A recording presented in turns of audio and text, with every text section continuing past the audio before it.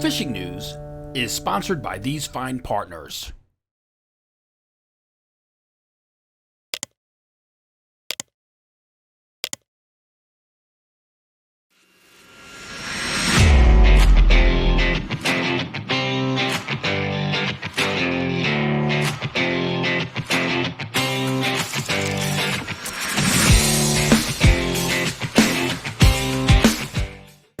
I'm Jim Hutchinson with the New Jersey, Delaware Bay edition of the Fisherman magazine with our video fishing forecast for this Thursday, March 2nd, 2023, and the countdown to opening day that we've been carrying on about for the last month or so. It's over.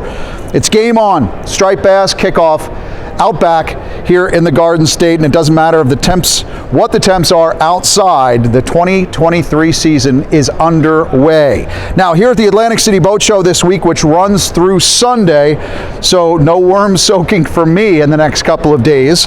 We'll talk more about the show, and we'll take a look at the winter flounder and striped bass options. But first, let's talk about the next season of interest here in the Garden State.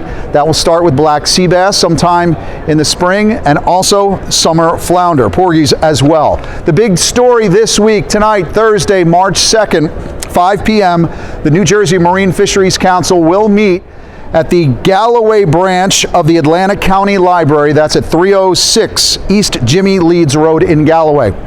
If you read the Fisherman magazine, the March edition is out. We mistakenly said it was going to be in Stafford Township. They have moved that meeting in the last several weeks to Galloway. So that's where I'll be sometime tonight. Got to sneak out of the show and head over to Galloway to find out about what's going on with fluke, sea bass, and porgies. I'm 99% certain that the fluke regulations in New Jersey are going to be the same in 2023 as in 2022, but we will have some updates on black sea bass and porgies. Now, if you can't get out of work or if you can't get out of the show, you can log in. It's an online webinar as well. The email that you received from the Fisherman magazine earlier this week talking about this show and also the New Jersey Marine Fisheries Council meeting, it's that same email that you saw with Mike Caruso's trip to Japan and the Maxell Reel review. You can log in there, check it out. There's a link in that story at thefisherman.com. It's in your email from Tuesday. You can find out about that online presence on Thursday. Of course, I'll have all the answers on fluke, sea bass, and porgies too, Friday and Saturday and Sunday here at the Atlantic City Boat Show. We have two booths here in Atlantic City. The first one, number 147 at the beginning of the marketplace, and I'm also spending most of my days here, 726, back near the seminars, right near this great big pool of water. The folks at Fanatics, actually, you can come out and test the Eclipse 2 from Hobie and pedal around in here if you wish. I heard him say before that only one person has ever fallen in, and that person was rather inebriated. Get your tickets for this show at acboatshow.com. You can log in there, find out all the information about the seminars. Of course, stop by either one of our booths, get your new and renewing subscription to the Fisherman magazine. You will get a package of fish bites, the fight clubs, which are fantastic when fluke season starts, and also a package of BKK hooks. Hey, I mentioned those seminars, by the way. Friday night, we have a change in plans.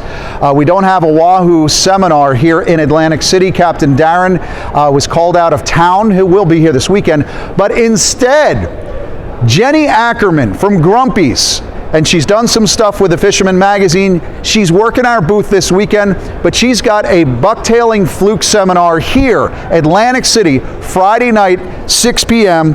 Come on out and check it out. I've got a couple of special guests with me this week. Tom P. from Rack and Fin Radio, Captain Bob Bolger will also be here, and Jenny's going to be working the booth this weekend as well. I'm also happy to have Roxanne Wilmer. She's come up from Florida, Gray Fish Tag Research. She'll be in the booth Friday, Saturday, and Sunday. We're talking about the Northeast Striped Bass Study. If you've got any questions about all that ongoing satellite research work that we've been doing with striped bass, make sure you stop by the booth Friday, Saturday, and Sunday. Talk to Roxanne. I've also got a very special decal that was done exclusively by Carrie Chen and exclusively for Gray Fish Tag Research. That's $25. That's a great way of showing your support for this ongoing charitable research. Now, the study on striped bass this week is bloodworms, sod banks, sedges, right?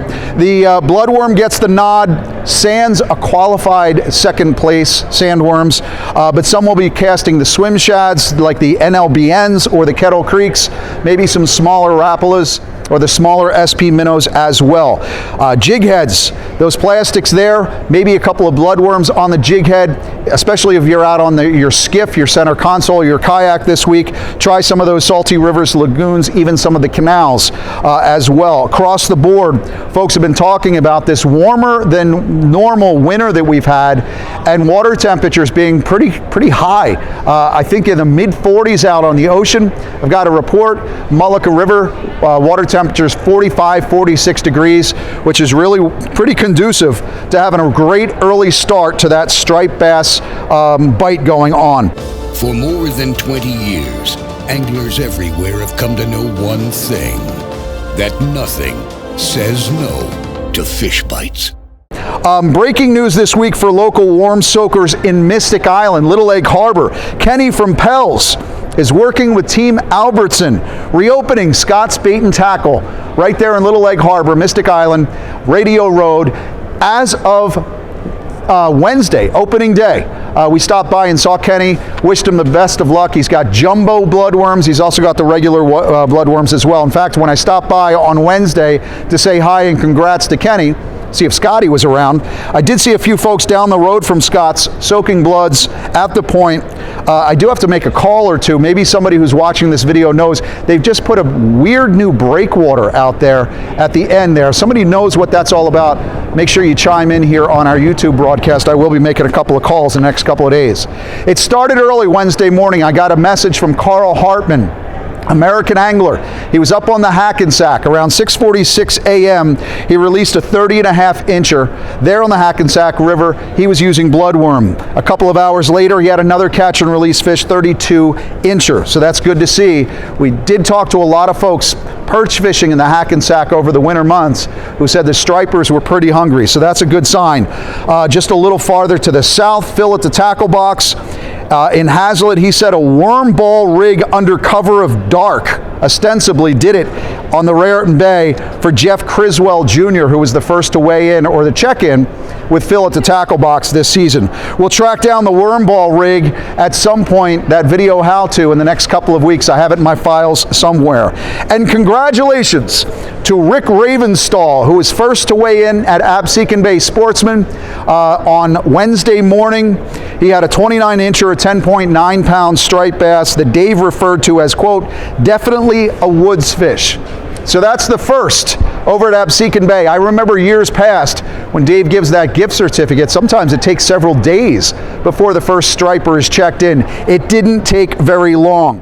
As a matter of fact, in our thumbnail of the week, Rob English, who did a seminar here at the Atlantic City Boat Show on Wednesday, he shared with me the fact that before he came and did a seminar, he was working the night hours, March 1st, sometime between 12 a.m. and dark, or first light, and he too got himself a striper on that kayak, so that's a good sign. I did get a chance to speak with Billy and the crew from Fanatics here at the show. They said water temperatures out back there in the Great Egg area, 45, 46 degrees, and that's good for bloodworms or those soft plastics down low and slow. Billy said, quote, I don't think it will be tough to find a striper right now. So that's good throughout the Garden State. Outback striped bass open as of Wednesday, March 1st. It's Katie bar the door at this point. So you do have the bloods. If you can get some clams, that's good, or the sandworms. But I do think those artificials are going to take their share of stripers from this point all the way through into the official days of spring. The weather forecast for Friday and Saturday looks like it could be a tad wet and chilly at times, a little better on Sunday. But over the next week, the temperatures are expected to stay in the 40s, around in the high upper 40s. That's the high temperature, but it shouldn't really impact things too much. Again, areas of the Hackensack, Hudson River Piers perhaps, Akira up there at True World Tackle in Bayonne. He's been carrying bloodworms all winter long. You can expect that to continue through this striped bass season. Of course, the Raritan Bayshore, and of course a few of our salty rivers. I'm thinking Tom's, Mullica, Great Egg, and I'm anxious to find out from the Fortescue guys at some point. Higbee's is back open, so maybe we'll get some stripers down there along Fortescue Beach as well. But it is open for business. for striped bass. Of course, winter flounder as well. A lot of guys down here in South Jersey, flounder is a fluke, right? But for the folks in Shark River, I know Bobby at Fisherman's Den said they're ready for winter flounder. That includes a couple of the rental boats. They've got them there if you want to sneak out on a rental boat because yours isn't in the water yet. But both Bobby and Tom from the shop believe everything points to an early season for the bass and flounder. Water temperatures there have been above normal. There's actually been a few bunker on the scene as well. I swear I've heard an osprey over my house in the last week. I saw a commercial fisherman, Tim Brindley, out of Barnegat Light today. He showed me video of a pelican flying around the area. So this is a good sign. All a good sign. We're waiting for those laughing gulls, right? But before we know it, herring are here, more bunker schools in thick, so that's all good. Chris Ferry sent me a video clip from Sandy Hook this week. It looks like gannets diving on bait. In fact, the folks from Pier 47 here said, yeah, they've got reports of herring entering into some of the lower southern portions of the state of New Jersey. So that's also a good sign. So expect to see those big herring gulls, the ospreys, and of course can't wait to hear that cackle of the black-headed laughing gulls. That is the sign. If you're looking to gear up for that March 1st opening of striped bass this week and for the rest of this early part of the early tides of March, make sure you pick up that March edition of the Fisherman magazine. I've got copies over at the booth.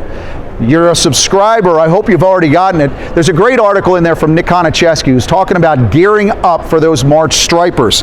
So make sure you get that subscription to the Fisherman magazine. Do it here at the show this week, and I'll send you out of here with the fish bites and the BKK hooks. But that is probably the best advice that I can give is pick up the Fisherman magazine for those tactical tips from Nick Konicheski. Of course, stop by, talk to me about the fish you're catching this week because I'm stuck at the booth, and I would love to hear about your experiences. New Jersey Tog is now officially on a 1-month hiatus. We will reopen that fishery again in April. Someone emailed me recently, said, you know that guy Frank Mahalik who writes all those Tog articles in the Fisherman magazine? He talks about the Belmar rig, but he doesn't tell me exactly how to tie it. Well, I'll tell you what, I've got a great little how-to video from Frank to share with you, plus another couple of dead whales and dead dolphins somewhere as the wind and whale debate rages on. More about that in about 2 minutes, but first, let's check in with my friend George, the Pocono Outdoors guy. It's the groundhog's revenge. Depending on where you are, up to 10 inches of snow fell across our area.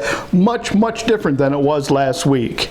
You know, last week we had temps near 60 here in the Poconos, and water temps at the Delaware River near Regalsville, well, they were up close to 45 degrees. Almost shad fishing temperatures there. We were all set for an early opening to the shad fishing season, but Mother Nature was not having it. Old Man Winter had to make one more appearance. Unfortunately, that has temperatures way down and pushed that temperature in the river back down to about 38 degrees as I checked it this morning. And looking ahead, it doesn't look like we're going to have a whole lot of change over the next week. So it looks like that early start we were hoping for might be delayed another week or two. So we'll have to keep an eye on that, guys, for you. Now, also, while we were looking for some shad, which are almost not around this time with the cold water, the walleye were. I checked in with Eric Fisler. He's heading up that bi-state annual shad fishing contest. As he gets ready for that, well, this cold water, he says, I'm going out walleye fishing. He managed to get a couple nice walleye here on a stick bait in the Delaware near Regalsville as well. So there is some good fishing, guys, if you want to get out and get on it. Also, we got the trout. You know, the PA Fish Commission has been stocking trout now. They're promising to stock something like 3.2 million trout in Pennsylvania. If you want to find out where they're stocking in your area, go to fishandboat.com for more information. Guys, fishing is going to be tough over the next week, but I hope you get out and get on them. From Pennsylvania, I'm George, your Pocono Outdoors guy.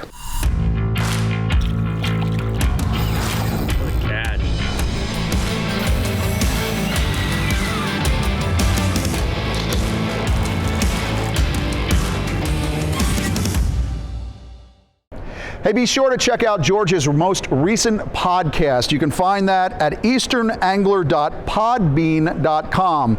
George and I sat down together for a little while at the Philadelphia Fishing Show, and we had a really good time. Of course, you know now that I have entered into the podcast world My first podcast with Nick Konacheski was also done at the Philadelphia Fishing Show. You can look for it on the podcast app on your smartphone or going to Google Podcasts, find the Fisherman magazine, and then look for my new podcast called The Road. I've been told I've got a face for radio. That's why we're doing this.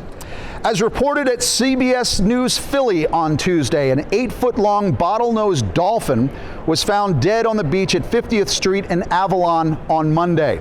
Now, the marine mammal stranding folks out of Brigantine, they picked up that whale on Tuesday, and they've sent it off to the state. However, according to CBS News, getting the necropsy done will be challenging for state officials because the state lab is full.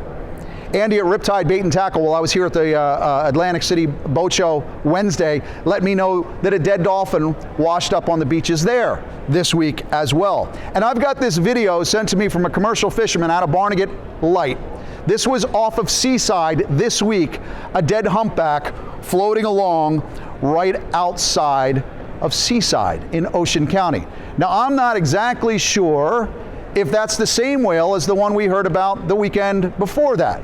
You see, another dead whale was spotted floating around off Sandy Hook over the weekend, just off of Ambrose Buoy in the shipping lanes.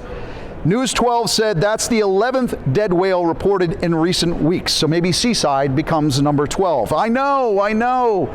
The government has said that this spate of dead whales, the unnatural whale mortality event, has nothing to do with wind energy development. I mean, we've had a spate of dead whales since 2016, and that those wind surveys, they started in 2015. Vessel-based site assessment surveys using high-resolution geophysical equipment. I don't know if there's a connection. The government says there's absolutely no connection. And Jeffrey Epstein committed suicide in his prison, and COVID-19 did not come from a Wuhan lab. Congressman Jeff Van Drew, he's the congressman down here in South Jersey. He does have a field hearing scheduled sometime in March 16th. I plan to be there. Hopefully we'll find out more information then, as some of our government officials are put on a table with their hand on the Bible saying, I swear to tell the truth, the whole truth, and nothing but the truth, so help me God. We shall see. Your next chance to win wide trackers from Sterling Tackle here at the Atlantic City Boat Show, stop by one of our booths. I told you it's 147, the other one is 726. Some subscriber, a new or renewing subscriber to the Fisherman magazine, will be getting a call from the folks at Sterling Tackle about where your new wide trackers can be sent. I hope it's you. I did say before, TOG is now on a 1-month break. February 28th was the last day. It picks up again in April. For hardcore toggers, pick up that March edition of the Fisherman magazine. Frank Mahalik goes through these doldrums himself. He loves tog fishing, and March tends to be a time when he should get depressed. But he's already busy gearing up, taking care of his equipment, and figuring out his whole charter operation, his whole MO for April. Now, I got a recent email from somebody who said, you know, Frank often writes about the Belmar rig when he's talking about tog. Can you tell me how to tie that rig? Well, I grabbed a hold of Frank recently. I sat him down. I said, Frank, tie this Belmar rig on video so people know exactly how to do it. So now you can. So enjoy these few minutes with Frank Mahalik, and I will see you at the show. And I'm hoping you're up to your ankles in bloodworms and striped bass guts. See you next week. Catch them up. I constantly field questions about blackfish rigging, and I'm very concerned about blackfish failure points. We often talk about the Belmar rig, and it's very often confused with what a Belmar rig actually is. So I'm going to take a couple minutes today and show you how to do that. We're going to start off tying a slider rig.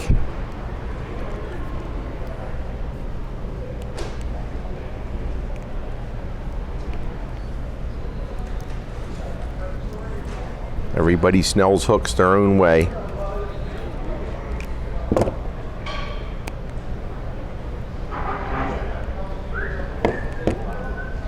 Whatever works for you, however you snell it is just fine. For a slider rig, I'm going to put the hook straight down, and it's going to nest just perfectly like that. I'm going to come up, I'm going to tie a perfection loop.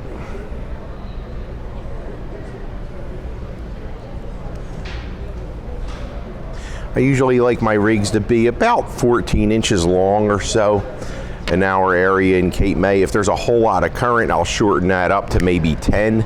If there's less current, maybe I'll go up to about 16. So this is the slider rig, or you could use a single hook rig, whatever's more comfortable for you. So the Belmar rig is actually a way to connect your leadered hook into your main line for black fishing. It's an extremely strong connection with no hardware. You start off with a section of double line like this, and you can make this section of line between like 12 inches. If you're in a really sticky, nasty piece, I might make this 6 feet long if I'm dropping down inside of a barge or something. For most cases, I'm gonna make this about 1.5 feet long. I'm gonna go up here to the top, and I'm going to tie a 2-turn spider hitch. I'm gonna go around 2 fingers, then I'm gonna go around 1 finger, and then I'm gonna drop the end of the double line back through itself. It's just a really short 2-turn spider hitch. You could also do a double surgeon's loop if you want right there. Okay.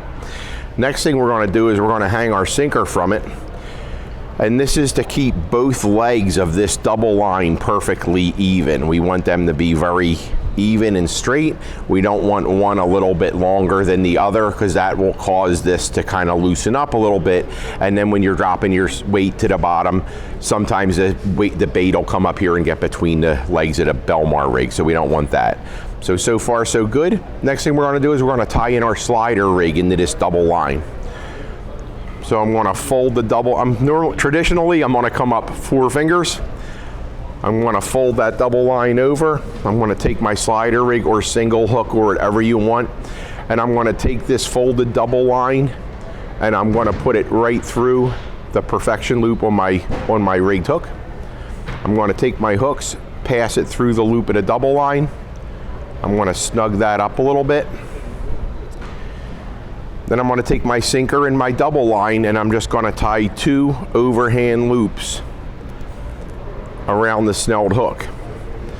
I'm going to crank on it a little bit, get it nice and tight, make sure everything's locked in.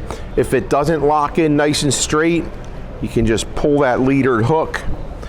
It sticks out real nice at a 90-degree angle, and that is your Belmar rig.